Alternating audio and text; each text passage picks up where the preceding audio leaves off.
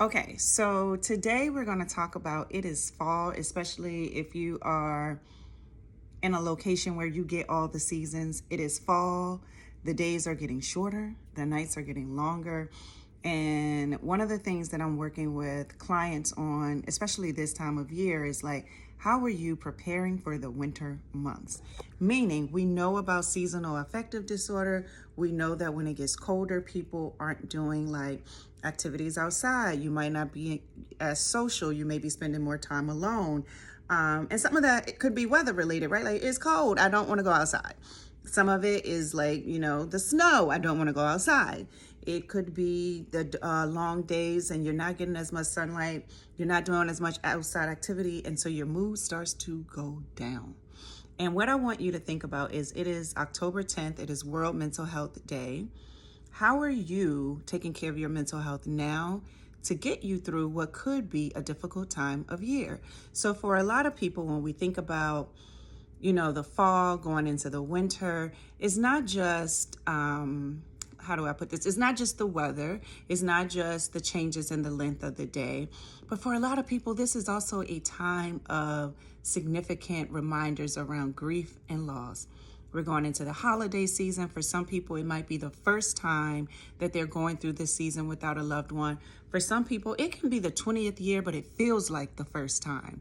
And so I want you to start thinking about a few things. Who are the people that you feel the most happiest around, that you feel like yourself, that provides comfort? Write it down. Who are my people? Who would I say is in my village? Who are my immediate supports? Because what you want to do is start scheduling stuff with those people now.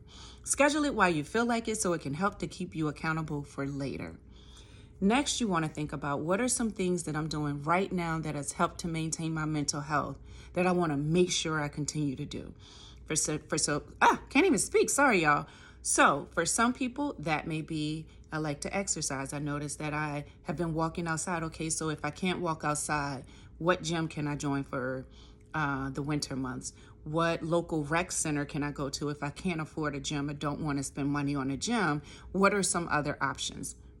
Can you do some at-home workouts? So it could be working out. You might be focusing on your sleep. You might be focusing on your nutrition. You might have some self-care things like journaling. Like, really think about what are some of the things that you're giving up. If there are certain activities that you're doing, what does winter activities look like? What does winter connection look like?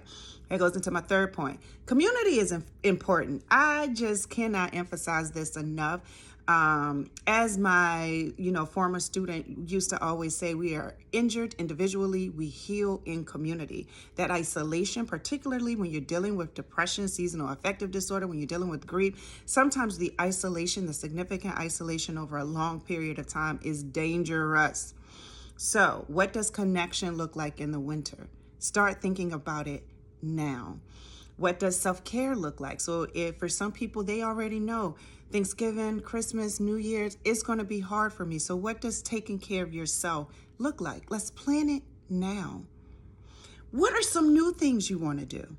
What are some new ways you want to take care of yourself? What are some new ways you want to honor your boundaries? What are some new hobbies you want to explore? Like finding some things that gets you excited.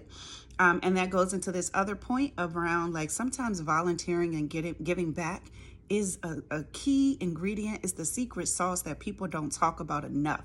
There is something about helping other people that can be a mood lifter for you.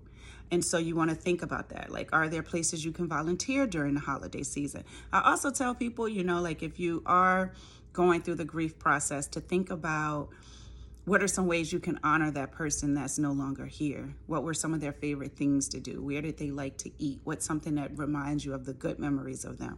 And again, we are planning all of this in October. This is your winter toolkit. You're planning it now so that when the days get long, when the nights get long, when the mood starts declining, when the emotions are rising, you don't have to think about what can I do. You got a toolkit. Write it down. Start practicing it now. Go to that toolkit. And sometimes you may have to pick a few things out the toolkit. Some days you might be like, well, I exercised, I'm still sad. And I do want to just create the space and let you know that you can escape emotions. This is not about avoiding emotions. This is not about saying, oh, if you do all of these things, you will never feel. Baby, you are human. You're going to feel, you're going to get sad, you're going to get disappointed, you're going to get frustrated. For some people, you're going to deal with depression. For some people, that anxiety is going to go up. But we can develop a plan. You can develop a plan of how do you manage it? How do you prevent it from getting down to rock bottom? What are some safety things you can put into place? So therapy, for some people, it may be medication. I'm just throwing out a list of things. I want you to start thinking about what that looks like for you. And yeah, it's World Mental Health Day. It is always a great day to take care of you. You are never, ever, ever too busy that you can't take aside some time for yourself, for your mental health, for your well-being. Y'all let me know what you think in the comments. As usual, y'all don't be talking enough for me because, baby, I like to talk. Let me know what you do in the comments to take care of yourself. Each one teach one. We all trying to get better. All right, y'all.